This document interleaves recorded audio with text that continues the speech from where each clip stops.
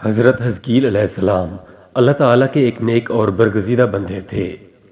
حضرت موسیٰ علیہ السلام کے بعد ان کے خادم خاص حضرت یوشع علیہ السلام منصب نبوت پر فائز ہوئے اور بنی اسرائیل کو ساتھ لے کر ارض مقدس کو مشرکین سے آزاد کروایا۔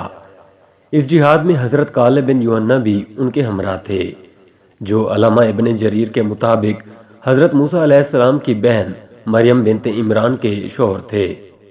مفسرین کے مطابق حضرت یوشع علیہ السلام اور حضرت کالب ہی وہ دو شخصیات ہیں کہ جن کے بارے میں قرآن کریم میں ارشاد باری ہے۔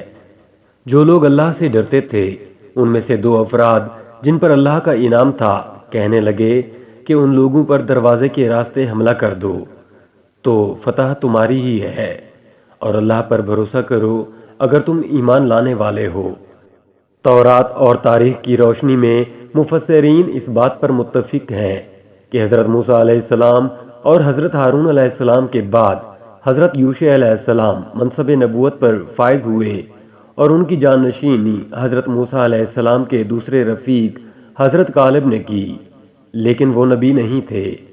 علامہ طبری تحریر فرماتے ہیں کہ ان کے بعد جس ہستی نے سب سے پہلے بنی اسرائیل کی روحانی قیادت اور رہنمائی فرمائی وہ حضرت حزقیل علیہ السلام ہے۔ حضرت موسیٰ علیہ السلام سے حضرت عیسیٰ علیہ السلام تک کے طویل درمیانی عرصے میں اللہ تعالیٰ نے بنی اسرائیل میں بہت سے انبیاء کرام علیہم السلام مابعوث فرمائے، جن کی درست تعداد کا علم اللہ عز و جل ہی کو ہے۔ ان میں سے چند پیغمبروں کا تذکرہ قرآن کریم میں ہے، بعض کا تفصیل سے تو کچھ کا مختصر، جبکہ کچھ کا صرف نام ہی مذکور ہے۔ حضرت یوشع علیہ السلام اور حضرت حزقیل علیہ السلام کا قرآن کریم میں نام نہیں ہے، البتہ بعض واقعات کے ضمن میں مفسرین کا کہنا ہے کہ ان واقعات میں جن افراد کا ذکر کیا گیا ہے ان سے یہ بزرگ شخصیات ہی مراد ہیں۔ واللہ عالم۔ تورات کی روایت کے مطابق حضرت حزقیل علیہ السلام کے والد کا نام بوزی کہن تھا اور آپ علیہ السلام کا اصل نام حزقیل ہے۔ بنی اسرائیل کے یہاں کاہن کا لفظ عالم اور روحانی شخصیت وغیرہ کے معنی میں استعمال ہوتا ہے۔ عبرانی زبان میں حزقی کے معنی قدرت اور قوت کے ہیں اور ایل اس میں جلالت ہے، اس لیے عبرانی زبان میں اس مرکب کا ترجمہ قدرت اللہ ہے۔ حزقیل علیہ السلام ابھی بچے تھے کہ والد کا انتقال ہو گیا۔ جب آپ علیہ السلام کی بعثت کا زمانہ قریب آیا تو والدہ بہت ضعیف اور بوڑھی ہو چکی تھیں، اس لیے اسرائیلیوں میں آپ علیہ السلام ابن العجوز یعنی بوڑھیا کا بیٹا کے لقب سے مشہور ہوئے۔ بنی اسرائیل کا جہاد سے فرار۔ سورہ البقرہ میں ایک واقعہ بیان کیا گیا ہے جس کے متعلق مفسرین نے لکھا کہ اس کا تعلق حضرت حزقیل علیہ السلام سے ہے۔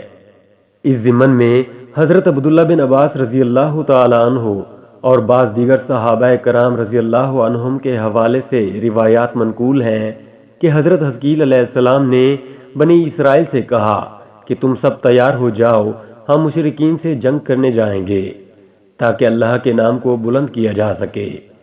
بنی اسرائیل نے جب جنگ اور جہاد کی بات سنی تو اپنی جانوں کے خوف سے بھاگ کھڑے ہوئے اور آبادی سے دور ایک وادی میں جا کر قیام پذیر ہو گئے، گویا یوں اپنے طور پر مطمئن ہو گئے کہ اب وہ موت سے محفوظ ہو گئے ہیں۔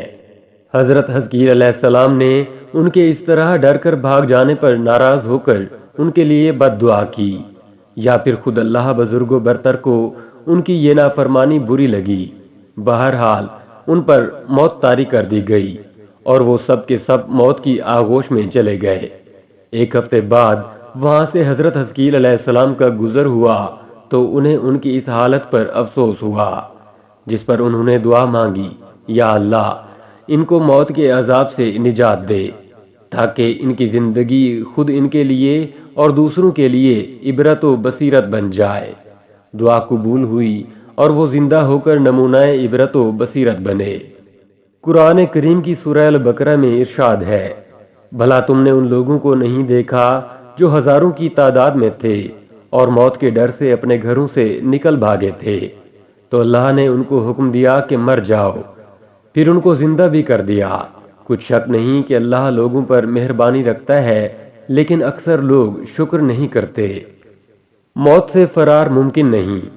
تفسیر ابن کثیر میں صحابہ کرام رضی اللہ عنہم اور تابعین رحمہم اللہ کے حوالے سے اس واقعے کی تشریح یہ بیان کی گئی ہے کہ بنی اسرائیل کی کوئی جماعت ایک شہر میں بستی تھی۔ وہاں کوئی سخت وبا جیسے طاعون وغیرہ پھیل گئی، جس پر یہ لوگ جو تقریباً 10,000 کی تعداد میں تھے گھبرا اٹھے اور موت کے خوف سے اس شہر کو چھوڑ کر دو پہاڑوں کے درمیان ایک وسیع میدان میں جا کر قیام پذیر ہو گئے۔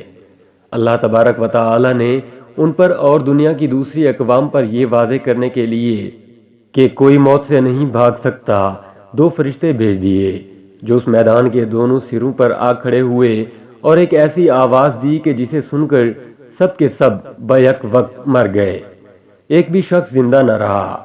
آس پاس کے لوگوں کو جب اس واقعے کی اطلاع ہوئی تو وہ وہاں پہنچے، لیکن 10,000 انسانوں کے کفن دفن کا انتظام کوئی آسان کام نہ تھا، اس لیے انہوں نے ان کے گرد ایک دائرہ سا بنا دیا۔ جلد ہی لاشیں گل سڑ گئیں اور ہڈیاں پڑی رہ گئیں۔ ایک عرصے بعد بنی اسرائیل کے پیغمبر حضرت حزقیل علیہ السلام اس مقام سے گزرے اور اس احاطے میں جگہ جگہ انسانی ہڈیوں کے ڈھانچے بکھرے دیکھ کر حیران رہ گئے۔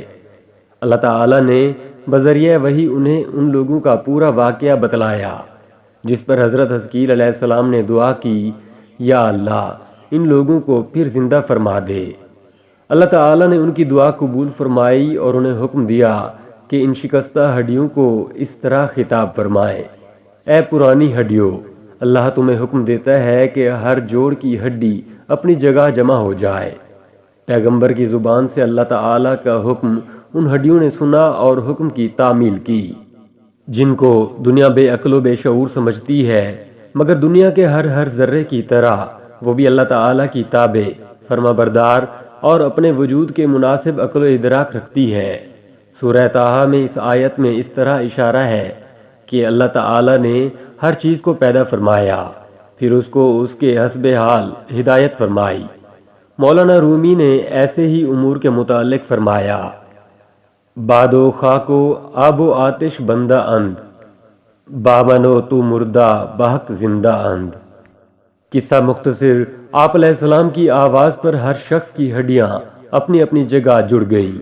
پھر حکم ہوا کہ اب ارواح سے یہ خطاب کیا جائے، اے ارواح، تمہیں اللہ تعالیٰ حکم دیتا ہے کہ اپنے اپنے اجسام میں لوٹ آؤ۔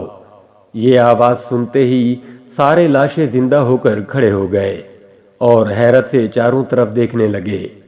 یہ واقعہ دنیا بھر کے فلسفیوں اور عاقلوں کے لیے دعوت فکر اور منکرین قیامت پر حجت قاطعہ ہونے کے ساتھ اس ہدایت پر بھی مشتمل ہے کہ موت کے خوف سے بھاگنا، خواہ جہاد سے ہو یا کسی وبا سے، اللہ تعالی اور تقدیر پر ایمان رکھنے والوں کے لیے ممکن ہی نہیں۔ ہر شخص کا اس بات پر ایمان ہونا چاہیے کہ موت کا ایک وقت مقرر ہے، وہ اس سے ایک سیکنڈ پہلے آ سکتی ہے اور نہ ایک لمحے کے لیے مؤخر ہو سکتی ہے، اس لیے فرار فضول ہے اور اللہ تعالی کی ناراضی کا سبب بھی۔ حافظ ابن کثیر تحریر کرتے ہیں کہ جس بستی میں طاعون کی وبا پھیلی اس کا نام زاوردان تھا، جو واس شہر سے ذرا پہلے واقع تھی۔ وبا کے علاقے میں جاؤ اور نہ وہاں سے بھاگو۔ بخاری و مسلم میں ہے کہ نبی کریم صلی اللہ علیہ وآلہ وسلم نے فرمایا کہ اس بیماری یعنی طاعون کے ذریعے اللہ تعالی نے تم سے پہلی قوموں پر عذاب نازل فرمایا ہے، سو جب تم یہ سنو کہ کسی شہر میں طاعون یا کوئی اور وبائی مرض پھیل رہا ہے تو وہاں نہ جاؤ، اور اگر کسی بستی میں یہ مرض پھیل جائے اور تم وہاں موجود ہو تو وہاں سے بھاگ کر نہ نکلو۔ خلیفہ دوم امیر المومنین سیدنا عمر فاروق رضی اللہ تعالی عنہ ایک مرتبہ شام کے سفر پر روانہ ہوئے۔ ابھی آپ رضی اللہ تعالی عنہ شام کی سرحد کے قریب تبوک سے ذرا پہلے مقام سرف تک پہنچے تھے کہ شام میں طاعون پھیلنے کی اطلاع ملی۔ یہ ملک شام کی تاریخ کا ایک بڑا سانحہ تھا، جس میں بہت سے صحابہ رضی اللہ عنہم اور تابعین رحمہم اللہ بھی لقمہ اجل بنے۔ امیر المومنین رضی اللہ تعالی عنہ نے رک کر صحابہ کرام رضی اللہ عنہم سے مشورہ کیا، لیکن کوئی واضح فیصلہ نہ ہو سکا۔ حضرت عبد الرحمن بن عوف رضی اللہ تعالی عنہ اس مجلس میں موجود نہیں تھے۔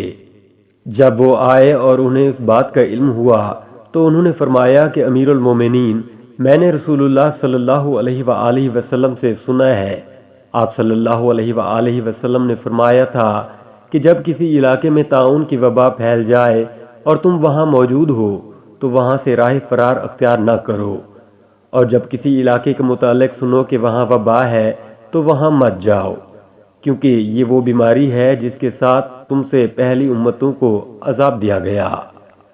حضرت عمر فاروق رضی اللہ تعالیٰ عنہ نے جب یہ حدیث سنی تو آپ رضی اللہ تعالیٰ عنہ نے ملک شام میں داخل ہونے کا فیصلہ مؤخر کر دیا اور تمام رفقا کو مدینہ منورہ واپسی کا حکم دے دیا۔ 3 اہم باتیں حضرت حزقیل علیہ السلام اور بنی اسرائیل سے متعلق اس واقعے میں 3 نہایت اہم باتیں مسلمانوں کو دعوت فکر دیتی ہیں۔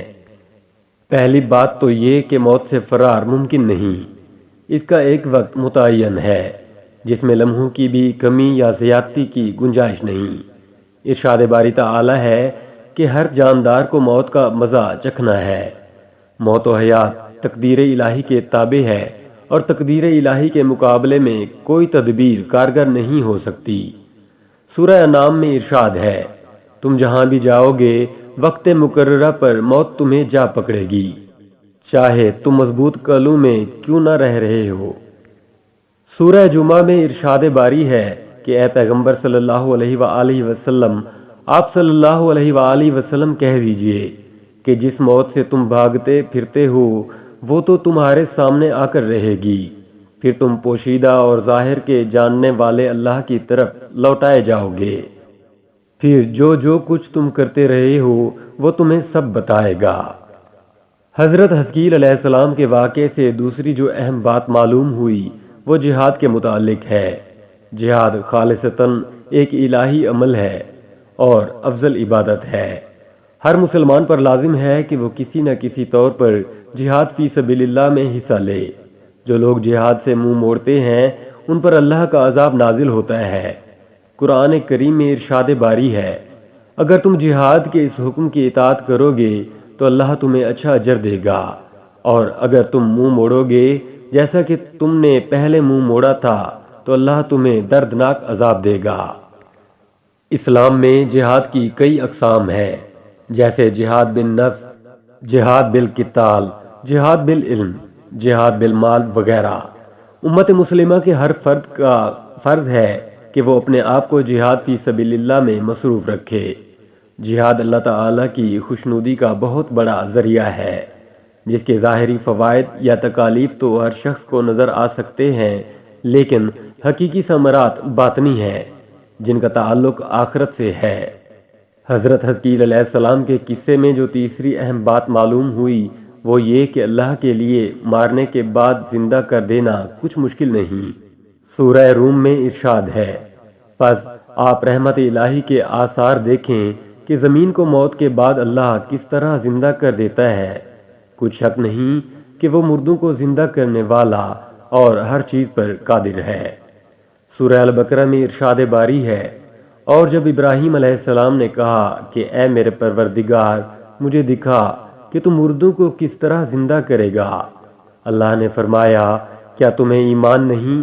جواب دیا ایمان تو ہے لیکن میرے دل کو تسکین ہو جائے گی۔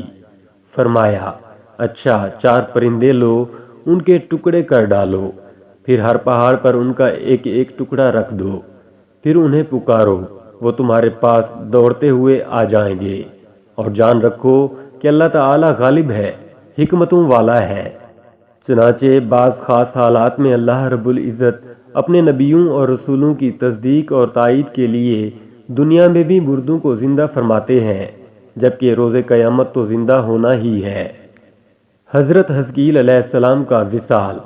محمد بن اسحاق رحمۃ اللہ علیہ فرماتے ہیں کہ حضرت حزقیل علیہ السلام کے بنی اسرائیل میں رہنے کی مدت بیان نہیں کی گئی ہے۔ آپ علیہ السلام ایک عرصہ بنی اسرائیل میں ٹھہرے، پھر اللہ تعالی نے ان کو اپنے پاس بلا لیا۔ جب ان کا انتقال ہو گیا تو بنی اسرائیل اللہ سے کیے عہد کو بلا بیٹھے اور نئی نئی اختراعات و بدعات کرنے لگے، حتیٰ کہ ایک بار پھر بتوں کی پرستش میں مبتلا ہو گئے۔